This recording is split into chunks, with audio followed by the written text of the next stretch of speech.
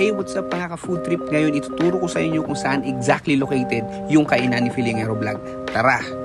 So kahit saang lupa-lupa kayo ng mundo nakatira o kahit saang sulok kayo ng Pilipinas nakatira, imposibleng hindi nyo ito matagpuan. Sa Google Map nyo or Waze, i-search nyo lang yung 4th State San Antonio, Parañaque, o di naman kaya i-type nyo lang yung word ng 4th State at lalabas na yung location na to. Ngayon, pagdating nyo sa kanto, ilalakarin natin yun mula doon, dadaan tayo ng Lino 5 M Street hanggang sa marating natin yung lokasyon.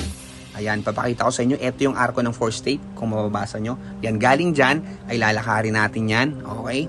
Relax lang kayo. So, talagang hindi kayo maliligaw pag sinundan nyo tong aking instruction, okay? So, lakad lang, dire-diretso lang tayo. Tapos, may makikita kayo dyan, Uncle John's. Ayan yung landmark natin, guys. Ngayon, meron 3 daanan dito. Dito tayo, kakanan tayo dito, guys. Mamaya, tandaan nyo yung daan na yan, yung nasa gitna, yung kulay rin yung araw. Okay, for now, dito tayo dadaan sa Lino Type M Street, okay? So, kumanan ako, sa kaliwa ako, dire-diretso na lang yan. Kung makikita nyo dun sa mapa, ayan, dire-diretso na lang yan, dun sa may kanto. So, dun yung matatagpuan. Yan sa may M Street, corner ng M Street, tsaka State Street. Yan located yung kanyang kainan, guys, okay? Sige, medyo may katagalan to ng konting taste lang. Hindi naman ganun katagal. So, ayan na, malapit na tayo, guys. Kita nyo yung araw. Okay? Isa pang landmark dito, guys. Pag dito na kayo banda, malapit na may makikita kayong water refilling station. Pag nakita nyo yan, malapit na kayo. Ilang hakbang na lang, guys. So, ayan. Malapit na ako sa kanto, no? So, tingin sa kanan. Pag tingin mo sa kaliwa, ayan na. Yung kanyang kainan ni Filingero Vlog. Okay?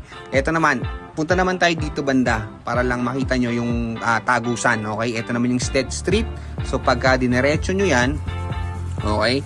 Tapos kumaliwa kayo sa may Headline Street, ayan. Dire-diretso nyo lang yan. Babalik na kayo dun sa kanto kung saan tayo nagsimula kanina. Okay na? So hindi na kayo maliligaw, ha? Okay, gutom na ako.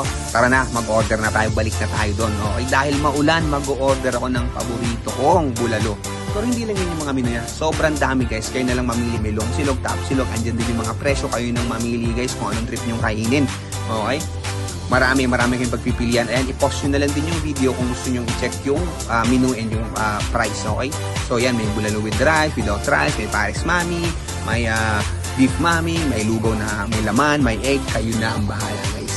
Tapos, meron din sila mga luto ng pagkain. So, ready to serve na. Mamili na lang din kayo. Okay?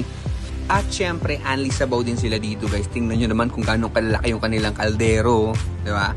Okay, order na tayo ng bulalo. Kasi babiyahe ko pa to ng Cainta. Pauwi ako ngayon. So, order na tayo, no? Meron mga nauna na sa akin. Asan yung bulalo nila? Eto, ayan, no? Yung bulalong yan ay nagkakalaga ng 180 pesos po. Good for 2 to 3 person na yan, guys. Okay? Tara na, balot mo na, boss. Babiyahe pa ako. At yan na nga, dumating na ako ng Cainta at akin nang iinit yung bulalo. Let's go. Initin na yan. Yum, yum, yum. At magic. Kumukulo na, guys. Tingnan nyo naman kung gaano kasarap. Napakasarap higupin yan sa tag-ulan. Bulalo lang ang masarap talaga naman. Siyempre hindi kumpleto yan kung hindi mo gagawa ng sausawan. Tara na, gawin na natin yan. Okay, slice muna natin yung sili. Pagkatapos nyan, yung kalamansi naman, depende na sa'yo kung 1 peraso, 2 perasong kalamansi. Ayan, sa akin 4 ata nilagay ko para saktuhan. Ayun, may sili na, may kalamansi na. Mawawala ba naman yung patis, mga kapatid? Yan na, ilagay na natin yan. Okay, ito pang isang magic dahil gutom na kami. Tingnan nyo, malapit na magic ang ipapakita ko.